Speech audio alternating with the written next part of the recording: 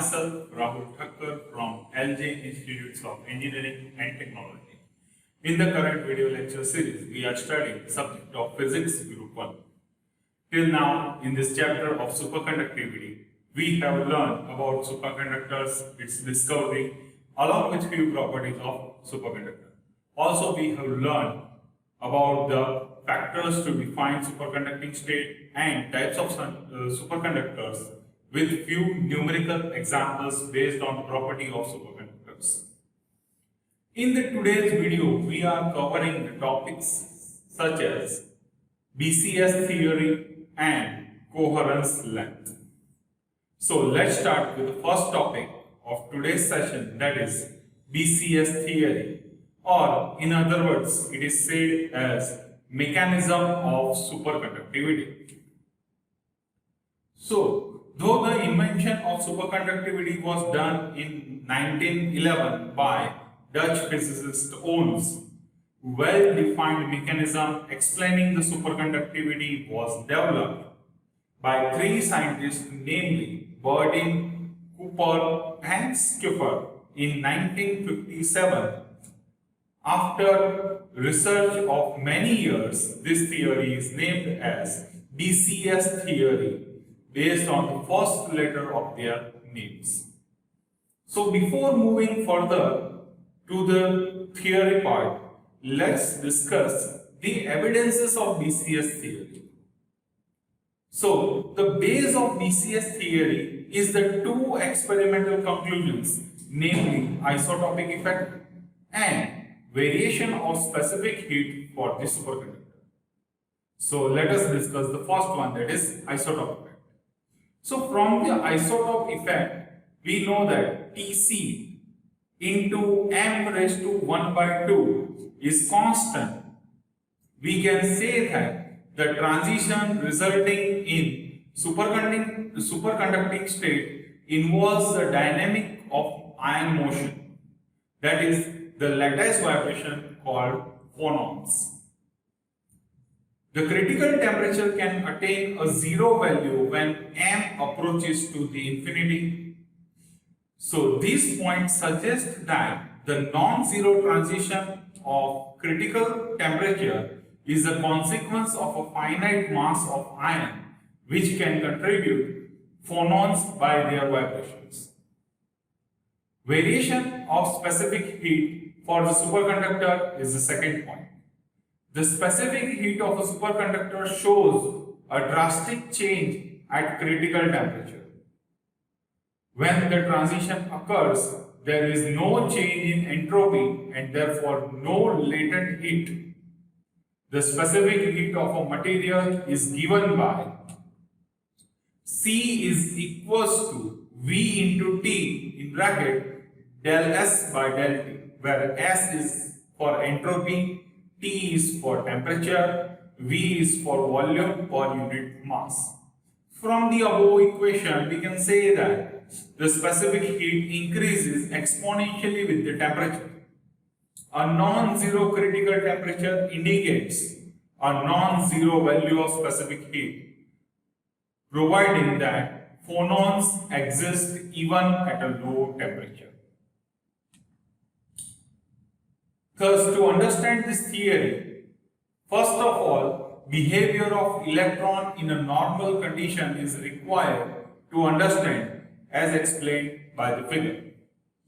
So at normal room condition, in an ordinary conductor, as per the basis of quantum mechanics, the electron with same energy having same energy level will have opposite momentum. That is, one electron is moving forward left, then other electron will moving forward right. Okay. So therefore, when no electrical current is flowing, the energy level are filled bottom upwards with their pair of electrons of opposite momentum in each energy level. As the crystal lattice is almost stationary condition, when electric field is now applied, the crystal lattice starts vibrating and the electrons also move from one position to the another. During this, the motion of electrons, they collide with crystal lattice constantly, and exchange of energy takes place between them, which develops heat. Due to this collision, electrons are facing resistance to their motion, which is termed as an electrical resistance. As the temperature increases, due to the collisions, the electrical resistance also increases. Now, when the temperature of the material is reduced below its critical temperature, crystal lattice vibrates very slowly in comparison to the normal temperature. Assume an electron which is passing through a crystal lattice as shown in figure. Since an electron carries negative charge, whereas ions have positively charged, all the ions are attracted towards negatively charged electrons, and hence the crystal lattice gets distorted as shown in figure. Due to this distorted lattice, a cloud of positive charge is being developed around the electron, which is known as the phonon. Remember this term very well. Because of the distortion in the lattice, a cloud of positive charge is being developed around an electron, which is known as a phonon, P-H-O-N-O-N. And due to this phonon-electron interaction, negatively charged electron now carries positive charge with it. When this positively charged electron moves ahead, it attracts the other negatively charged electron and interacts with each other and forms a weak bonding due to the presence of phonon.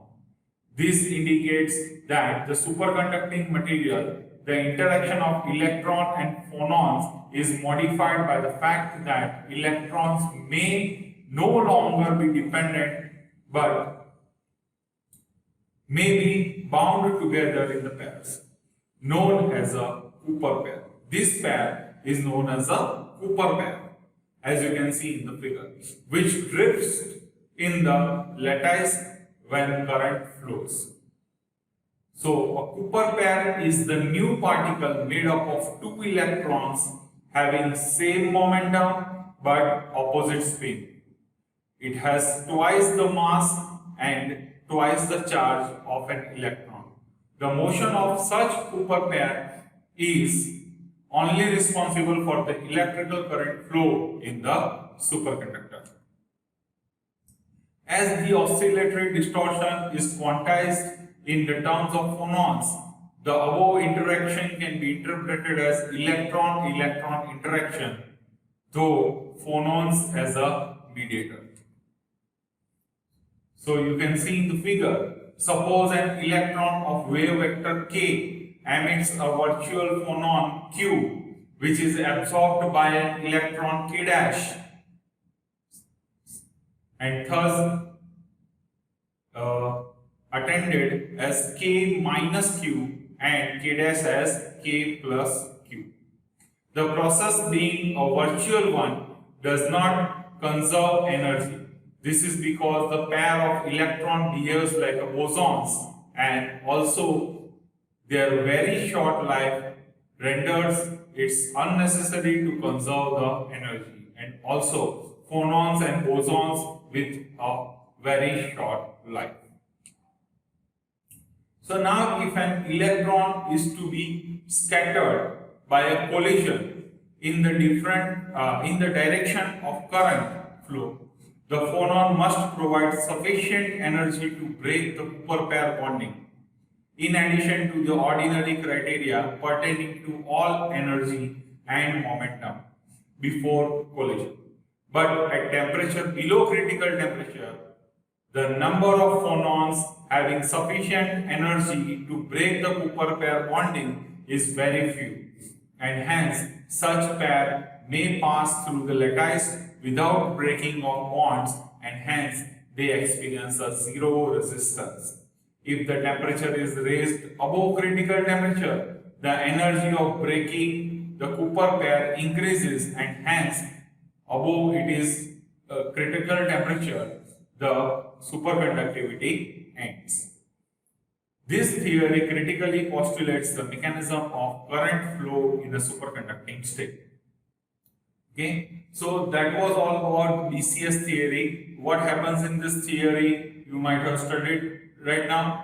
So it develops a phonon pair which is responsible for the flow of electric current, okay, and thus provides the superconductivity to the material. Now moving further to the next topic, that is coherence length. So the paired electron are not scattered because of their peculiar property of smoothly riding over the lattice imperfections without exchanging energy with them. The concept of coherence can be explained by the fact that the superconductivity is due to the mutual interaction and correlation of electrons that extended up to a considerable distance. The maximum distance up to which the state of paired electrons are correlated to produce the superconductivity is known as the coherence length epsilon 0. So coherence length is termed by the symbol epsilon 0.